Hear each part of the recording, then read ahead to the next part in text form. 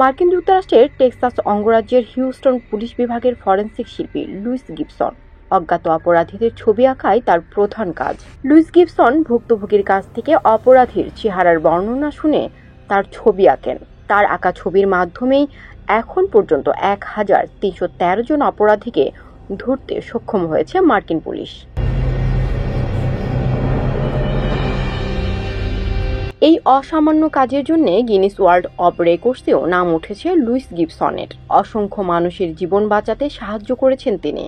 ২১ বছর বয়সে তিনি নিজেই এক সিরিয়াল কিলারের আক্রমণের শিকার হয়েছিলেন। সম্প্রতি ইতালীয় টিভি সিরিজ লো শো ডি রেকর্ডে তিনি এই তথ্য জানান। গিবসন ছোটবেলা থেকেই নাচে খুব ভালো ছিলেন। চারুকলায় ডিগ্রি অর্জনের জন্য বিশ্ববিদ্যালয়ে ভর্তি হন তিনি। এই সময় তিনি বিভিন্ন বিজ্ঞাপন এবং সংস্থার হয়ে মডেলিং করতেন, কিন্তু তার সব আনন্দ এবং সাজানো জীবন যেন এক পলকেই শেষ হয়ে যায়।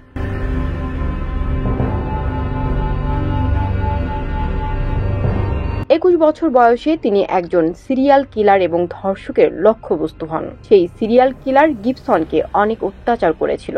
একসময় গিবসনের চোখ ও গলা থেকে রক্ত পড়তে দেখে তাকে মৃত ভেবে ফেলে চলে যায় ওই সিরিয়াল কিলার, কিন্তু ভাগ্যক্রমে সেদিন বেঁচে যান তিনি।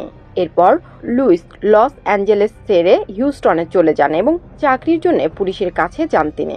যেহেতু তিনি চারুকলার ছাত্রী ছিলেন, তাই খুব সহজেই একজনের পোর্ট্রেট আঁকতে পারতেন। নিজের হামলাকারীকে তিনি ধরিয়ে দিয়েছিলেন ছবি এঁকেই।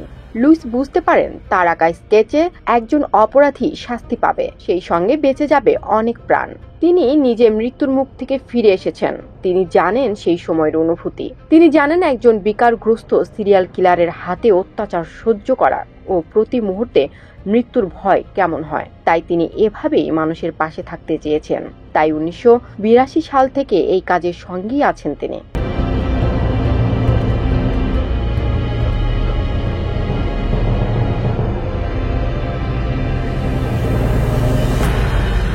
তানজিনা ইসলাম, জেপি নিউজ।